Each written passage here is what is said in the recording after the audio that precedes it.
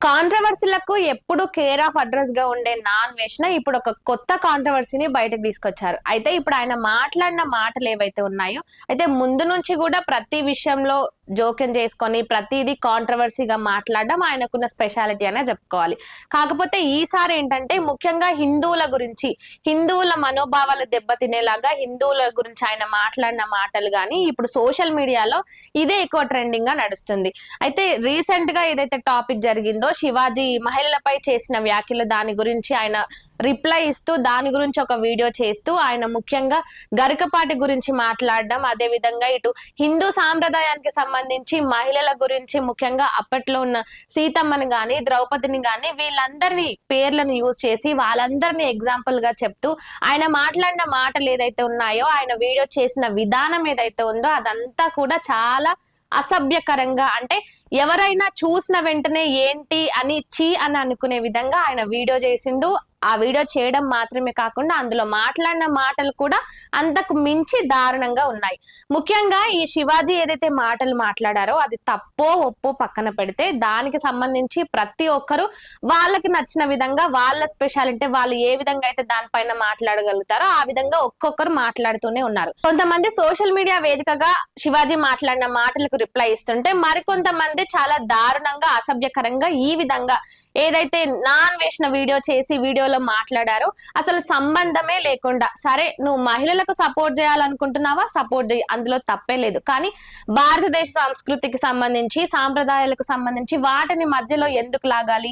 ముఖ్యంగా మొన్నటి వరకు అయితే అంటే కంటెంట్ లేకనో లేకపోతే ఏ విధంగా ఫేమస్ అవ్వాలని అసలు ఆయన ఏ ఉద్దేశంతో చేశాడో అది ఎవరికి తెలియదు. కానీ మొన్నటి వరకు ఆయన చేసిన వీడియోలు ఏంటి? మహాభారతం గురించి వీడియోలు చేసిండు. ఆ మహాభారతం ఎపిసోడ్స్ అన్ని అయిపోయే వరకు బుద్ధిమంతుడిలాగా, అంటే అందులో మహాభారతంలో ఏదైతే నీతి ఉంటుందో దాన్ని అంత మంచిగా ఎక్స్ప్లెయిన్ చేసి అబ్బాయి అంటే భారతదేశ సంస్కృతి భారతదేశానికి సంబంధించినవి ఈ విధంగా ఉంటాయని ఆయననే చాలా గొప్పగా చెప్తూ ఉంటాడు.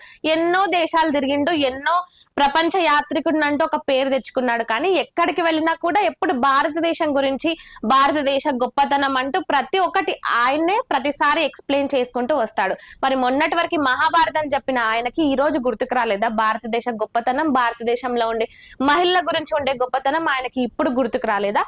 వీడియోలు చేయాలి తప్పులేదు అందులో, కానీ ముఖ్యంగా గరికపాటిని అంటే ఆయన ఏజ్ కి సంబంధించి గౌరవించకుండా చాలా అసభ్యకరంగా, అంటే ఆ పదాలను మన నోటి నుంచి పలకాలన్నా కూడా చాలా అసభ్యకరంగా ఉండే పదాలను వాడుతూ ఒక మనిషికి ఆయన ఏజ్ కి కూడా మర్యాద ఇవ్వకుండా, ఆయన ప్రవచనాలు చెప్పే కాలంలో ఈయన కనీసం పుట్టి కూడా ఉండకుండా ఉంటాడు. అట్లాంటిది ఆయన ఈ రోజు నోటికి వచ్చినట్టు ఏమనంటే 2021 నుంచే నాకు ఆయనతో శత్రుత్వం ఉంది, 2021లో మాటలన్నా, 2021లో గరికపాటిని తిట్టినా, 2022లో తిట్టినా, మళ్ళీ ఇప్పుడు 2025లో కూడా తిడుతున్నాను. ఏదో గొప్పగా ఏదో సాధించిన లాగా చాలా గొప్పగా చెప్పుకుంటున్నాడు. కానీ ఇప్పుడు గరికపాటి ఏవైతే మాట్లాడిండో ఆయన మాట్లాడిన మాటలు అంటే కొంచెం బిట్ ని తీసుకొని మాత్రమే ఈ విధంగా మాట్లాడిండో, ఈ విధంగా తప్పుడుగా మాట్లాడిన ఆయన్ని అసభ్యకరంగా అనుచితమైన వ్యాఖ్యలు చేయడం, ఆ వ్యాఖ్యలు కూడా ఎవరికి కూడా వినడానికి వినసొంపుగా కాదు కదా, ఏంటి చెండాలం అనుకునేలాగా ఆ విధంగా మాట్లాడిండు.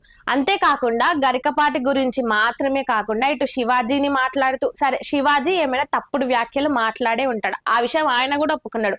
మహిళా కమిషన్ ముందుకొచ్చి కూడా నేను మాట్లాడిన అంశం కరెక్టే గానీ నేను వాడిన పదాలు ఆ పదజాలం మాత్రమే తప్పు అని ఆయన క్షమాపణ కూడా చెప్పిండు. అది అయిపోయింది. సరే నువ్వు దాని గురించి నీ తరపున కౌంటర్ ఇవ్వాలని నువ్వు వీడియో చెప్పినావు, సరే ఓకే, అది కూడా ఓకే. కానీ ముఖ్యంగా హిందూ సాంప్రదాయానికి సంబంధించి ద్రౌపది గురించి, సీతమ్మ గురించి, వీళ్ళందరి గురించి వాళ్లకు ఆ కాలంలో వాళ్ళ మీద రేపులు జరిగినాయా? నువ్వు చూసినావా? నువ్వు పక్క నుండి అవన్నీ నువ్వు ఎక్స్పీరియన్స్ అయినవా? అవన్నీ మొన్నటి వరకు మహాభారతంలో నువ్వే ద్రౌపది గురించి, సీతమ్మ గురించి, అందరి గురించి, ఒక్కొక్కరి గురించి, ఒక్కొక్క క్యారెక్టరైజేషన్ గురించి అంత మంచి ఎక్స్ప్లెయిన్ చేసిన నువ్వే ముఖ్యంగా భారతదేశ ఇతిహాసాలకు సంబంధించి సీతమ్మ గురించి, ద్రౌపది గురించి ఆయన ఏ విధంగా అయితే చాలా అసభ్యకరంగా మాట్లాడారు. అంటే మొన్నటి వరకు మహాభారతంలో వాళ్ళ క్యారెక్టర్స్ ని చాలా మంచిగా ఎక్స్ప్లెయిన్ చేసిన ఈ అన్వేషణని మళ్ళీ ఇప్పుడు అంటే ఈ సంఘటన ఏదైతే జరిగిందో ఈ సంఘటన తర్వాత మొత్తాన్ని స్టోరీనే మార్చేసి మరీ చెప్పిండు.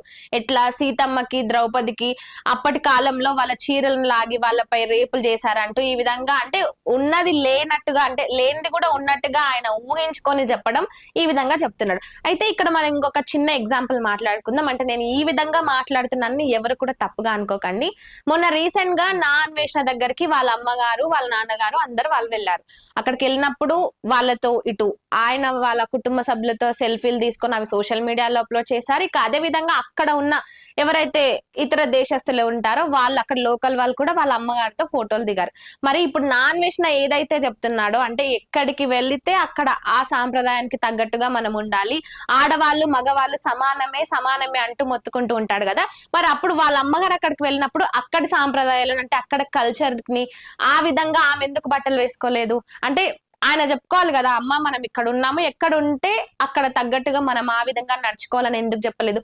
ఆమె చీర కట్టుతో అంత అంటే చూడముచ్చటగా చూడడానికి ఎంతో సాంప్రదాయంగా ఉన్నందుకే అక్కడ ఎంతో మంది ఇతర దేశస్తులు ఆమె దగ్గరకు వచ్చి సెల్ఫీలు తీసుకోవడం. అంటే ఆమె అనే కాదు, మనమైనా సరే ఎవరమైనా సరే ఇతర దేశాలకు మనం వెళ్ళినప్పుడు ముఖ్యంగా మన చీర కట్టుకు గాని మన సాంప్రదాయాలకు గాని ప్రతి ఒక్కరు గౌరవిస్తారు. ఎందుకు ఇటు ఇస్కాన్ చూసుకున్నా ఎక్కడ చూసుకున్నా కూడా కొంతమంది ఇతర విదేశాల్లో ఉండే వాళ్ళు ఆ దేశాలను వదిలేసి మరి వచ్చి మన భారతదేశంలో మన సాంప్రదాయాలను గౌరవిస్తూ మన ఇండియన్ సిటిజన్షిప్ తీసుకొని ఇక్కడ ఆ సాంప్రదాయాలకు తగ్గట్టుగా చీర కట్టుతో వాళ్ళు ఈ కల్చర్ కి ఎంత బాగా అలవాటు అవుతున్నారు. అంటే ఇక్కడ ఎవరినో తప్పు పట్టాలనేది ఉద్దేశం కాదు, కానీ ఈ చెప్పే మాటలు చెప్పే విధానం ఉంటుంది కదా, అదొక్కటి సరైన విధానం అయితే అందరూ కూడా దాన్ని యాక్సెప్ట్ చేస్తారు.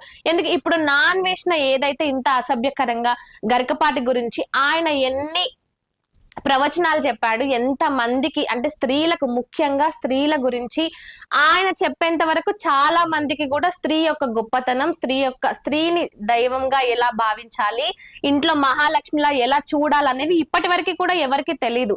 గరికపాటి ఈయన గాని లేకుంటే మిగతా వాళ్ళంటే మన భారతదేశానికి సంబంధించి వీళ్ళు ఎవరైతే ఉంటారో వాళ్ళందరూ స్త్రీల గురించి మన దేశం గురించి హిందుత్వం గురించి ముఖ్యంగా తల్లిదండ్రుల గురించి వీటన్నిటిని గురించి వాళ్ళు చెప్పేంత వరకు అసలు మనకి దానిపైన ఒక అవగాహనే లేదు. అలాంటి పెద్ద మనుషులను వాళ్ళ ఏజ్ కి గౌరవం లేకుండా ఇష్టం వచ్చినట్టు నోటికి వచ్చినట్టు బూతులు మాట్లాడడం, వాళ్ళపై నీచంగా మాట్లాడడం, అలా మాట్లాడి కూడా నేనేదో గొప్పగా సాధించాను, నేనేదో విక్టరీ కొట్టాను అన్నట్టు మళ్ళీ గొప్పలు చెప్పుకోవడం. ఇక అనసూయకు సపోర్ట్ చేస్తూ మాట్లాడుతున్నాడు. సరే అనసూయకి సపోర్ట్ చేసుకో, అనసూయకి ఇప్పుడు కొత్త ఏం కాదు, అంతకు ముందు నుంచి కూడా ఆమె కాంట్రవర్సీలకు వస్తూనే ఉంది. ఏదో ఒకటి ఆమె వేసుకునే వేషాధారణపై గాని వస్త్రాధారణపై గాని ఎప్పటికప్పుడు సోషల్ మీడియాలో రచ్చ అవుతూనే ఉంటుంది. ఆమె దానికి కొన్నిసార్లు కామెంట్స్ ఆఫ్ చేసుకుంటుంది, కొన్నిసార్లు లీగల్ నోటీసులు ఇస్తుంది.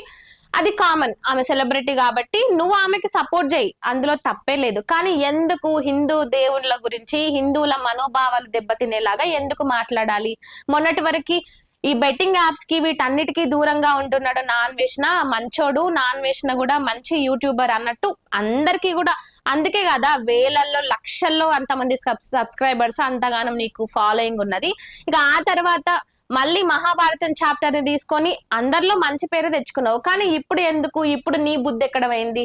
ఇప్పుడు మహిళల గురించి సపోర్ట్ చేస్తూ మాట్లాడుతున్నావు. ఓకే, తప్పే లేదు అసలు అందులో, మహిళలు పురుషులు అందరూ సమానంగా ఉండాలి అని నువ్వు అనుకున్న ఐడియాలజీ ఏదైతే ఉందో అది కరెక్టే, అది ఎవరు కూడా తప్పు పట్టరు. కానీ ఇది భారతదేశం, అలాంటి కల్చర్ ఇక్కడ అలవాటు కావాలంటే ఇంకా కొన్ని సంవత్సరాలు పడుతుంది అన్న దాన్ని కూడా చెప్పుకోవచ్చు. ఎందుకు ఒక్క మహిళ చీర కట్టుకున్నా కూడా కొంచెం అటు ఇటుగా ఉంటే ఆ మహిళ ఇలాంటిదే అలాంటిదని ముద్ర వేసే సమాజంలో ప్రస్తుతం బతుకుతున్నాం.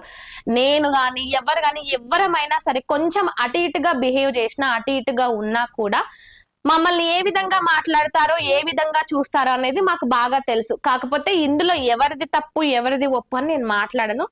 ఏదైతే నా అన్వేషణ ఇప్పుడు ప్రస్తుతం హిందువుల గురించి హిందూ దేవతల గురించి ముఖ్యంగా మహిళలను సపోర్ట్ చేస్తూ మాట్లాడుతున్నాడో, మహిళలను సపోర్ట్ చేసేంత వరకు ఓకే. కానీ హిందూ దేవుళ్ళని హిందువులకి లాగి హిందువుల వల్లనే రేపులు అవుతున్నాయి, హిందువుల వల్లనే ఇదవుతున్నాయి అంటే హిందువుల వల్లనే ఈ ప్రపంచంలో రేపులన్నిటికీ కారణం హిందువులేనా? ఇంకెవ్వరూ అవ్వట్లేదా? అంటే ఏదైనా సరే మనం మాట్లాడుతున్నామంటే ఆ మాట కరెక్టా రాంగా అనేది 10 సార్లు ఆలోచించుకొని మాట్లాడితే చాలా అందరికీ మంచిగా ఉంటుంది. అలాంటిది నోటికి వచ్చినట్టు ముఖ్యంగా హిందువులని టార్గెట్ చేసి హిందువులని మాట్లాడినంత మాత్రాన ఏదో సోషల్ మీడియాలో 1 నైట్ స్టార్ అయిపోతాం అనుకొని ఏదో నోటికి వచ్చినది నేనేం వాగినా కూడా నా సబ్స్క్రైబర్స్ అందరూ అది ఫాలో అవుతారు, నేను చెప్పిందే వేదము, నన్ను తప్పు పట్టరు అని అనుకుంటే అక్కడే నువ్వు పప్పులో కాలేసినట్టు.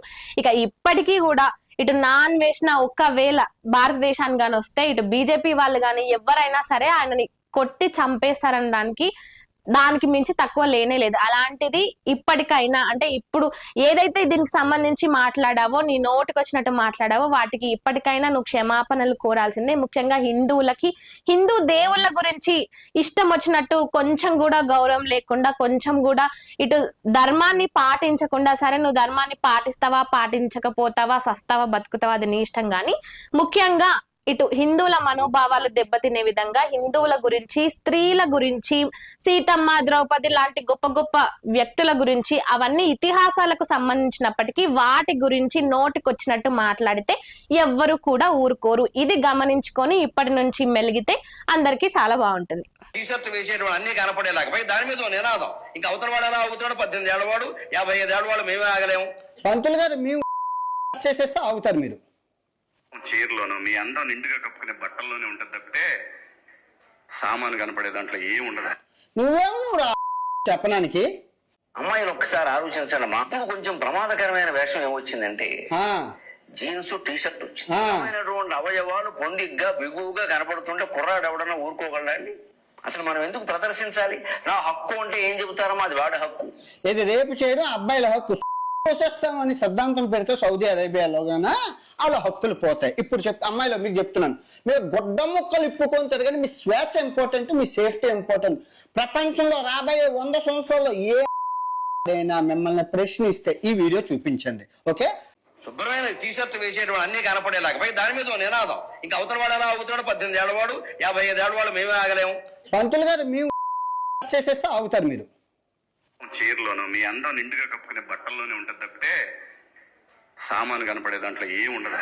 నువ్వు చెప్పడానికి అమ్మాయిలు ఒక్కసారి ఆలోచించండి. మాకు కొంచెం ప్రమాదకరమైన వేషం ఏమొచ్చిందంటే జీన్స్ టీషర్ట్ వచ్చింది. అవయవాలు పొందిగ్గా బిగువుగా కనపడుతుంటే కుర్రాడు ఎవడన్నా ఊరుకోగలండి? అసలు మనం ఎందుకు ప్రదర్శించాలి? నా హక్కు అంటే ఏం చెబుతారమ్మా, అది వాడి హక్కు. ఇది రేపు చేయడం అబ్బాయిల హక్కు. కోసేస్తామని సిద్ధాంతం పెడితే సౌదీ అరేబియాలో గానా వాళ్ళ హక్కులు పోతాయి. ఇప్పుడు అమ్మాయిలో మీకు చెప్తున్నాను, మీరు గుడ్డ ముక్కలు ఇప్పుకొని తిరగని మీ స్వేచ్ఛ ఇంపార్టెంట్, మీ సేఫ్టీ ఇంపార్టెంట్. ప్రపంచంలో రాబోయే 100 సంవత్సరాల్లో ఏదైనా మిమ్మల్ని ప్రశ్నిస్తే ఈ వీడియో చూపించండి. ఓకే.